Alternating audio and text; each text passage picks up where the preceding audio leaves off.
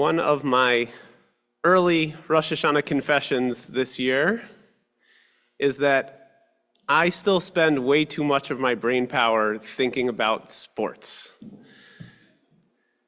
And that's as a New York exile living in New England, where no one likes the teams I like. I can't watch any of the games, but I just can't kick it. If I were to spend half as much time on Talmud throughout the course of a week as I spent keeping track of what the Red Sox and Yankees and Jets and Patriots are doing, I'd be a whole different kind of rabbi. But we are who we are. And for those of you who also tune into ESPN from time to time, you will know there is a trend, or at least I've noticed a trend in the sports media of what are called making way too early predictions. So you can think of a columnist predicting next year's World Series champion the day after the World Series ends, or a mock NFL draft on the opening day of college football season. I guess these features must be popular, but I also think they're pretty silly given the tremendous amounts of variables and unknowns. This evening, however, I am going to lean into that trend and give you some guaranteed way too early high holiday predictions. As I stand here with this year's Rosh Hashanah candles still burning beside me, I'm going to tell you that next year Rosh Hashanah will begin early, starting on the evening of Friday, September 11th. In 2027, the holidays will start exceptionally late, when Rosh Hashanah will start on the evening of Friday, October 1st. Don't say I didn't warn you. And in 2125, 100 years from now, when your great-great-grandchildren will, God willing, be the altar cockers and old-timers sitting in these very same pews, Rosh Hashanah will begin at nightfall on Friday, September 28th. Thanks to the wonders of math and astronomy and rabbinic innovation, we've got the Jewish calendar all figured out. That's not to say it's simple. The Hebrew calendar is still incredibly confusing. For example, in a 19-year cycle, 7 years are leap years when we add a whole extra month. And in regular non-leap years, there can be anywhere between 353 and 355 days. The weirdness goes on, but thankfully we rarely have to think about any of that. For the past 1,500 years, give or take, the Jewish calendar has been set. And we can print books and now program websites that tell us every detail and date we might need indefinitely into the future, or at least through 2125. I didn't look any further than that.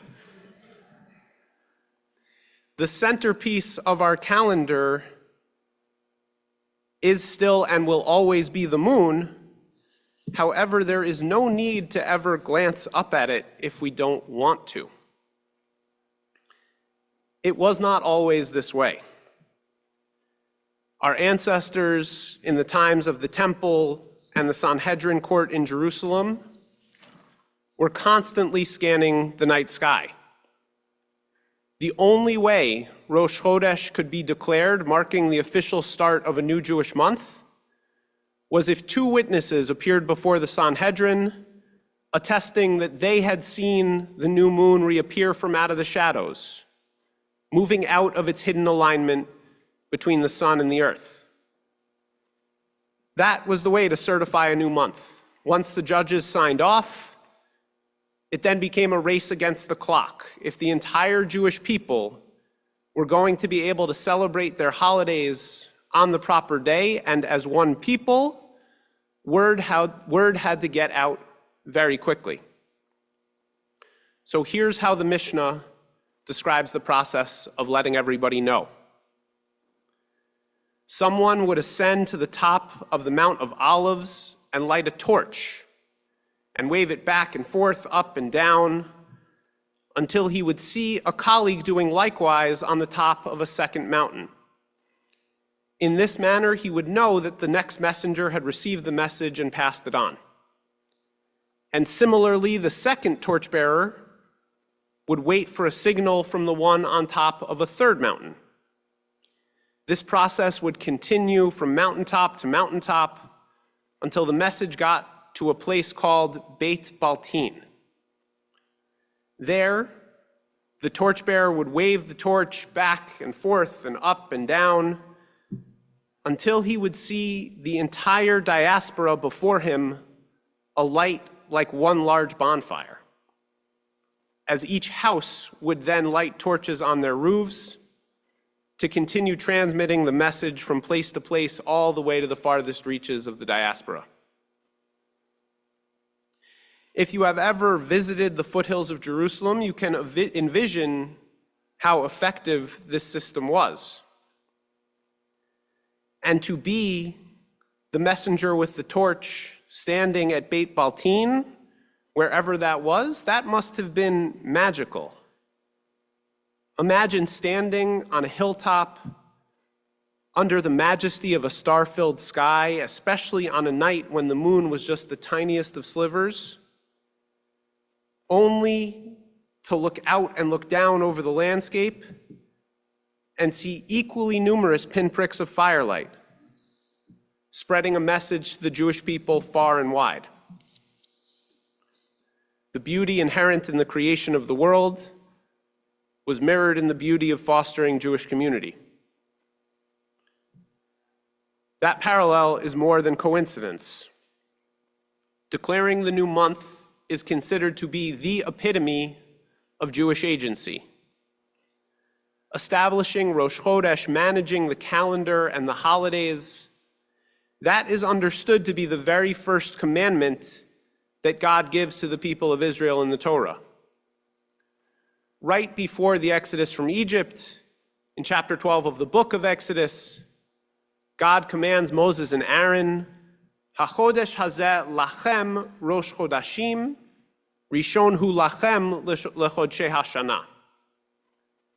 This month shall mark for you the beginning of the months. It shall be the first of the months of the year for you. Rabbi Joseph Soloveitchik, one of the great American rabbis of the 20th century, explains that this verse teaches us that in matters of the calendar, the earthly court decrees and the Holy One complies. Humans receive the Torah from Sinai not as a simple recipient, but as creators of worlds, as partners with the Almighty in the act of creation. Rosh Hashanah is known for being Hayom Harat Olam, celebrating the anniversary of the creation of the world.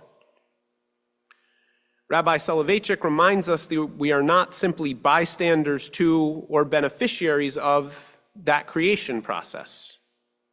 In fact, we are partners, co-creators. Declaring the new month was the first such opportunity for us to wield that influence. Yet it is Teshuvah, the process of return, repentance, that is in fact the most accessible and most egalitarian opportunity to be a partner in the act of creation. A rabbi known as the Eish Kodesh, Rabbi Kolonimus Kalman Shapiro, who was the Rabbi of the Warsaw Ghetto, wrote that Teshuvah is also a kind of creativity. The Hebrew word Teshuvah means repentance and return. However, as a creative act, Teshuvah is not a simple return. We return to who we are meant to be but have not yet become. We return to growth and possibility that has lain dormant within us and not yet flourished, much as a sculpture lies hidden within a brute block of stone. That is why the process of Teshuvah, as painful and even humiliating as it can be, is in fact very joyous and hopeful. Teshuvah enables us to create something entirely new. A new perspective on our relationships and on who we are and who we want to be in this world. Teshuvah allows us to reflect on and understand our past, to inform better decisions in the present, and to actively craft a future we want to make come to pass. I will resist the temptation of making too early predictions of my own for the year ahead. There are just too many unknowns. However, if we can manage to heed the words of the Eish Kodesh, to embrace the creative potential of Teshuvah, the return to growth and possibility that has lain dormant within us and not yet flourished, I predict that the impact will be tremendous. Shana Tova.